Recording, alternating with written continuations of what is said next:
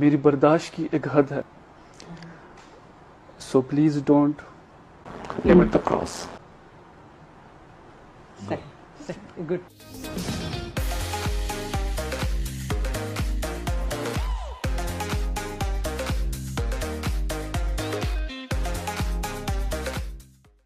You know, when Pooja Entertainment decided that it will do a post-apocalyptic action film with Tiger Shroff, the technical investment to pull it off and actually doing it justice will be zilch. I was being trolled by some fans when I spoke about the Ganapath trailer because of the lack of investment in actually making this a compelling tale was as clear as day from the stock images and CGI we saw in the trailer. This has nothing to do with the budgets that we work with being incomparable to those in the West, but just the amount of corners that are cut in order to make a supposedly unique Hindi film but eventually resorting to the same BS Hindi cinema viewers are tired of watching. When Tiger Shroff reached the pinnacle of box office success in his career with War in 2019, the expectations of the action star to catapult from this and deliver compelling action films as a lead was evident. And what you can expect from a millennial star like Tiger, who is physically agile and so proficient in action, is that he will actually seek out for compelling work that is contemporary and pushes boundaries for what we see Indian heroes pulling off on the big screen. But what Tiger has frustratingly resorted to ever since is sticking by his successful IPs and subjecting himself to an environment of mediocrity where one cannot even appreciate his stunts anymore. It's becoming as repetitive as choreographers wanting Kartik Aaryan to pull off the same footwork choreography for every song. How long can one sustain just showcasing a ripped body with zero acting growth and storylines that make my visits to therapy go from twice a month to once a week? I could not care less about the film and its spoilers because it's important you understand the lack of effort made by the creators in this film and how it absolutely is offensive on what was sold to us as an original story. Ganapath is set in 2070 where the difference between the haves and have-nots is alarmingly clear. Those that have power and money have established a technologically advanced and rich society called Silver City that is separated from camps with a wall where there is a huge scarcity for basic necessities. Seeing the depravity around the camps, a Maharishi by the name of Talapati, played by Amitabh Bachchan, opens a dojo of sorts for the community to battle it out with one another, with the hope that a messiah may get produced and save his people against these oppressive times.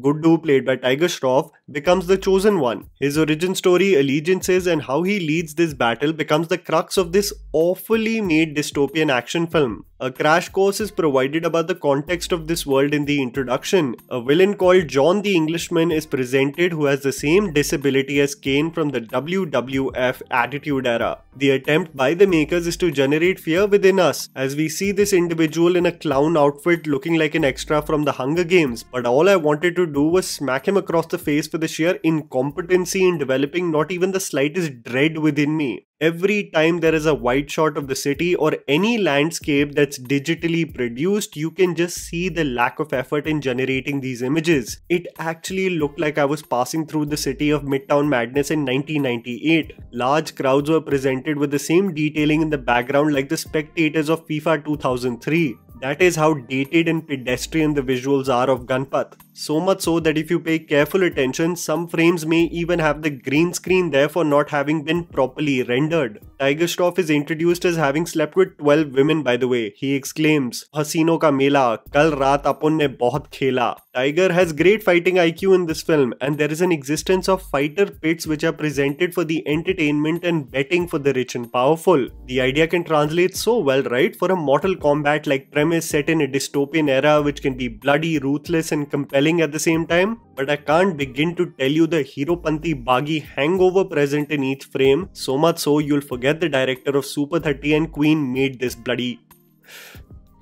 mess. Imagine getting Tiger Shroff for a film and still giving him the most mediocre choreography to perform. Sara Zamana presents Tiger doing this sly scratch routine for a hook step that we see obnoxious male uncles pull off in public places. It is absolutely offensive that the makers use the Ganpatala reference to mark as a call for the chosen one, but do nothing with this reference of God. It is so lazy that our own Ganpati should be offended for being used as a symbol of this film, as the makers don't do any justice to the themes of how the mighty power may work its magic to work for those oppressed and in need. Can I see a silver lining? Of course yes. Tiger moves like a dream. There is no one like him and Vidyut who can pull off the stunts with such ease and land so light on their feet, and they are wasting themselves with one poor script after the other. How much can I sit in a theatre and clap for the same roundhouse kicks that Tiger pulls off? Is there anything more that I can appreciate in this film? I don't know. Kriti Sanon looks like a dream, has one compelling action sequence with nunchucks, but it isn't something exemplary. Amitabh Bachchan advertised so much in the promos, barely is in the film for 5 minutes. It almost seemed like the legend did a day's work and they just repeated the same sequence in the edit 5 times. Rahman in his Bollywood debut is mediocre at best, while trying to be an offshoot blind master Shifu. It's just so bland and so frustrating that even a training montage of Tiger learning the ropes of combat cannot motivate you. At least make a training Eye of the Tiger like montage exciting, man. You've seen the template in movies like Brothers and Sultan. How can you make it so forgettable? The lack of investment in this film becomes even more abundantly clear when you see the songs are basically music videos funded by brands like My Glam and Magic Moments. मतलब 2070 भी पहुंच जाओ और ये Amazon और Flipkart के promotion और discount codes भी बेच रहे होंगे frames में. The cutting corners regarding the quality of the product is absolutely shameless. In a sequence where Kriti wants to cross the wall that divides the two cities has to be one of the worst shot sequences this year from a VFX point of view, making me appreciate the days of Jajantram, Mamantram and Rudraksh. Yes, that's how bad it is. The chosen one trope can be so compelling. Katniss Everdeen from the Hunger Games and volunteering for the battle till death and the eventual revolution against President Snow. Neo in the Matrix being the messiah for the humans where AI has trapped mankind in a simulated reality, harvesting energy from their bioelectric power, while only for a few, consciousness of this reality has seeped in.